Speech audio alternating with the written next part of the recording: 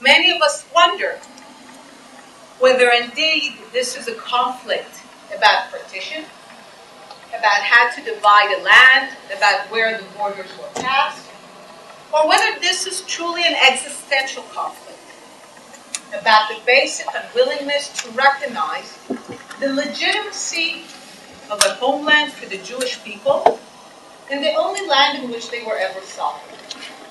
That would make it an existential conflict. And as a result, one that is not very much open to negotiations. And therefore, one that is not easily resolvable. Certainly not in this generation.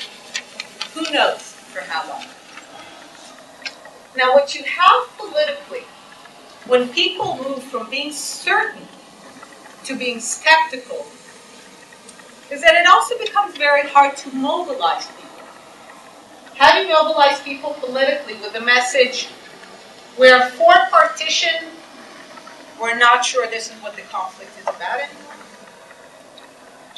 So this is one thing that happened to the Israeli political map over this time, and also one of the reasons that Israelis, as they look at the current negotiations, are very wary, very cautious.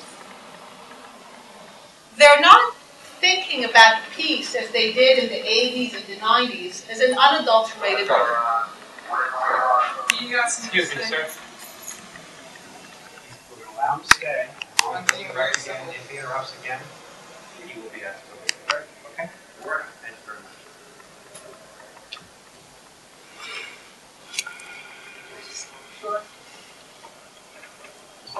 Many Israelis no longer think about peace as an unadulterated good, something that you hope for and wish for. They've become more wary, more cautious about it, because they've seen that over the years, peace process has often meant insecurity. You would want that the two things will come together. More peace, more security. And yet the process itself has often engendered insecurity. It is no coincidence that just as the parties, because we want to change. But I was amazed to find out that as Israelis became skeptical, cautious, and wary, many of them found comfort in disillusionment.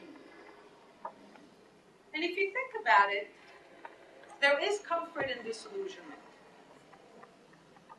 And life in general in many times. Rather than hope, rather than believe, rather than go through this emotional roller coaster of hoping and believing and then crashing, maybe it's better not to hope and not to believe and get on with your life and do other things. And what a lot of Israelis have gone to in the last decade is say, look, this conflict has been raging for about 130 years. Similar conflicts in other parts of the world sometimes took hundreds of years to even come close to resolution. But during those 130 years, it's not as if we put our life on hold in Israel. It's not as if we just waited for peace to come and in the middle didn't do anything. We built a country. We built one of the world's most vibrant economies, a dynamic society, thriving culture. So we have this ability as a people to understand that at times we need to continue fighting, but it does not stop us from continuing to create, to build, to make something of our society and our country. Now, in parallel to all this process that has happened to the left, I just want to say something about what happened to the right. Because as the left has become more skeptical, less certain, and moved to the center, the right has become more pragmatic.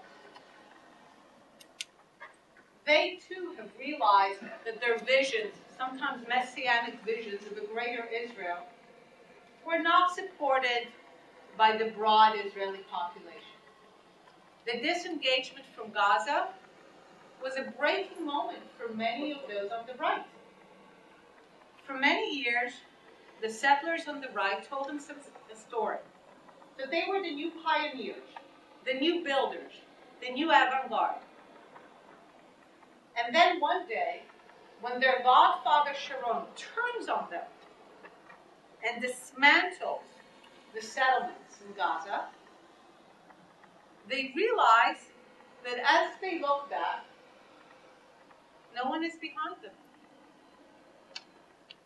If they told themselves that they were the new leaders and new pioneers and new avant-garde, what kind of avant-garde are you if no one's following you?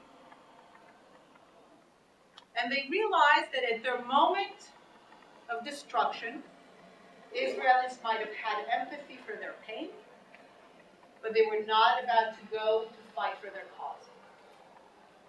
And that broke the back of much of the right. And also the understanding that their dreams of a greater Israel are coming at a very high cost, and one that Israeli society might not be willing to bear forever. And what you've had is a right that moves to the center and becomes very pragmatic. And when you have a pragmatic right and a skeptical left, there's not much in the middle.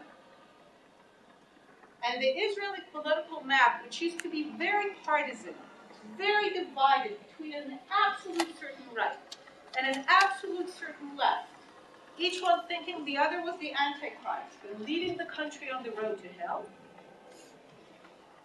you suddenly have this big blob of center, which would probably be defined like that. Politically includes Kadima, Labor, Likud. Some would even say stretches even from Meretz to Likud. Probably could be defined something like that. Yes, we recognize the need for partition between a Palestinian state and a homeland for the Jewish people, but don't expect us to get excited about it. And much of the Israeli central political map is sitting there.